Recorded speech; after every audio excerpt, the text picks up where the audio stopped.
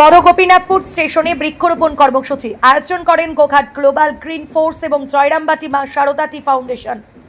পরিবেশ রক্ষার বার্তা নিয়ে বড় গোপীনাথপুর স্টেশন চত্বরে অনুষ্ঠিত হল এক বৃক্ষরোপণ কর্মসূচি। গোঘাট গ্লোবাল গ্রিন ফোর্স এবং জয়রামবাটি মা শারদা টি ফাউন্ডেশনের উদ্যোগে আয়োজিত এই কর্মসূচিতে দুই সংগঠনের সদস্যরা সক্রিয়ভাবে অংশগ্রহণ করেন। স্টেশন চত্বর এলাকায় বিভিন্ন 10 থেকে 12 ফুট উচ্চতাযুক্ত বট, অশ্বত্থ, পাকুর, মাদার, বকুল চারাগাছ রোপণ করা হয়। আজ প্রায় 40টি চারাগাছ রোপণ করা হয়। আজ বৃক্ষরোপণ অনুষ্ঠানের মাধ্যমে পরিবেশের ভারসাম্য রক্ষা, সবুজায়ন বৃদ্ধি এবং ভবিষ্যৎ প্রজন্মের জন্য নির্মল পরিবেশ করে তোলার বার্তাও দেওয়া হয়। গ্রহণ কর্মসূচিতে উপস্থিত ছিলেন অসিত মুখার্জি, অভিক ঘোষ, ডক্টর সুব্রত নায়ক, প্রতাপ কুমার দাস এবং শিক্ষক সৌমিত্র বাবু এবং আরও অনেকে। কর্মসূচিতে উপস্থিত সদস্যরা বলেন, শুধু গাছ লাগালেই হবে না, রোপণ করা প্রতিটি চারাগাছের নিয়মিত পরিচর্যা এবং সংরক্ষণও করতে হবে। তাই বৃক্ষরোপণের পাশাপাশি গাছের প্রতি মানুষের দায়িত্ব, সচেতনতা বাড়ানোর উপরও গুরুত্ব দেওয়া হয়। গাছ লাগান, পরিবেশ বাঁচান, সবুজে ভরিয়ে তুলুন আগামী প্রজন্মের পৃথিবী। এই ধরনের উদ্যোগ আগামী দিনেও আরও বৃহৎ পরিসরে চালিয়ে যাওয়ার প্রতিশ্রুতি নেন উপস্থিত সদস্যরা। বড় গোপীনাথপুর স্টেশনে পরিবেশ বান্ধব উদ্যোগ এলাকাবাসীর মধ্যে ইতিবাচক সাড়া ফেলেছে। বড় গোপীনাথপুর থেকে সুব্রত নায়কের report, crime press, Bengal news. প্রত্যেককে নমস্কার। দেখতে পাচ্ছেন আমরা আজকে বড় গোপীনাথপুর স্টেশনে এসেছি। আমাদের টিম আসছে। আমরা আজকে বড় গোপীনাথপুর স্টেশনে বৃক্ষরোপণ কর্মসূচি পালন করব।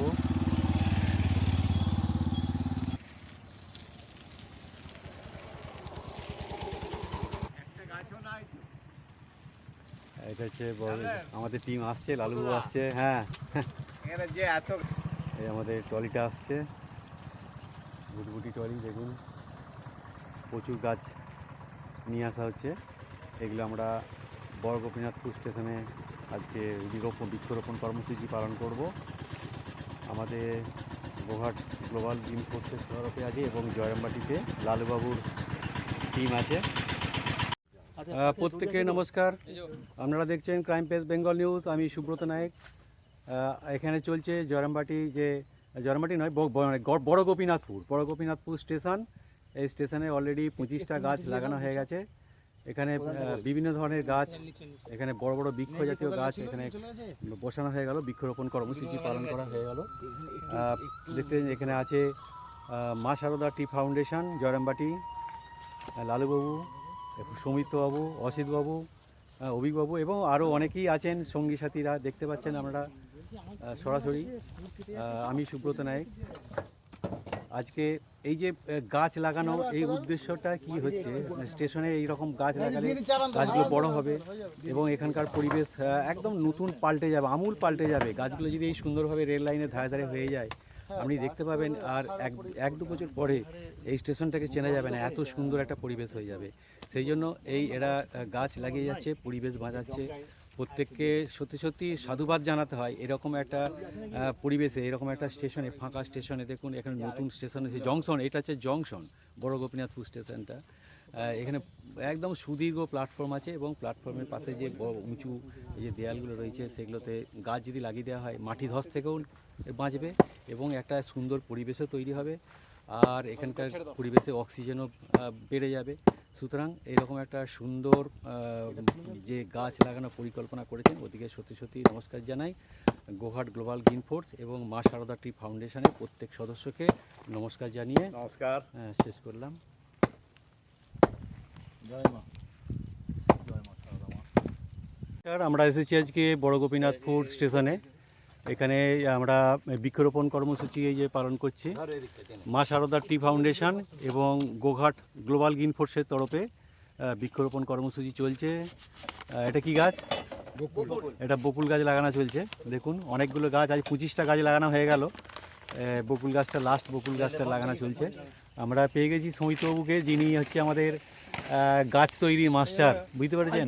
উনি প্রচুর গাছ তৈরি করেন। সেখান থেকে আমরা ওই গাছগুলো নিয়ে এসেছি।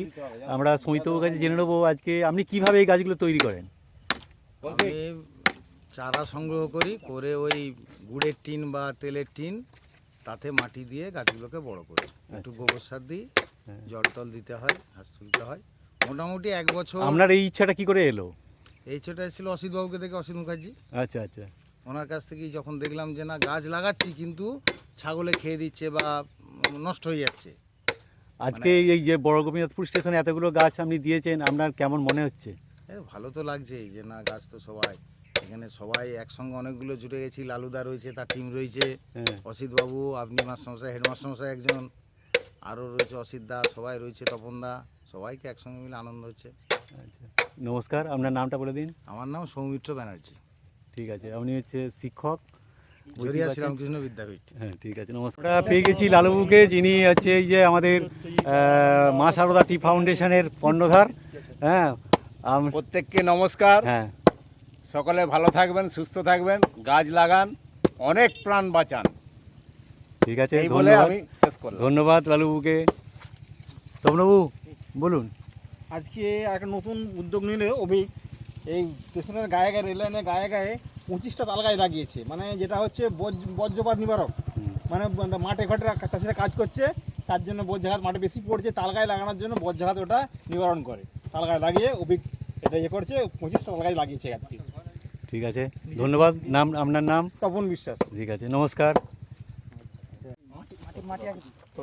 এখানে গাছ লাগানো চলছে, আমার পেয়ে গেছি অসিতদাকে। অসিতদা বলুন। সকলকে সশ্রদ্ধ নমস্কার জানাই। আমার সাথে আছেন লালুবাবু এবং তার সমস্ত টিম, সবারই নাম জানি না। আর যিনি আমাদের সমস্ত গাছগুলো দান করেছেন, সৌমিত্রবাবু আছেন এখানে, আর আছেন অভিবাবু আছেন, তপনবাবু আছেন, সুশান্তবাবু আছেন, যিনি আমাদের গাছ বয়ে আনেন। সকলকে আমি আমার আন্তরিক নমস্কার এবং ধন্যবাদ জানাচ্ছি। এবং জনগণের উদ্দেশ্যে আমি বলছি, যারা এখানে বসবাস করেন, তারা তো এখানে নেই, তারা তো খবরটা দেখবেন নিশ্চয়ই, তারা যেন গাছগুলো একটু আন্তরিকতার সঙ্গে দেখেন, কারণ গাছগুলো আমার তো আসবো না, কিন্তু তারাই করবে। আর যারা এই ছবিটা দেখছেন, সকলেই প্রার্থনা করবেন ঈশ্বরের কাছে যেন গাছটা হয়ে যায়, তার প্রকৃতির কাজে লেগে যায় আর কি। সকল নমস্কার।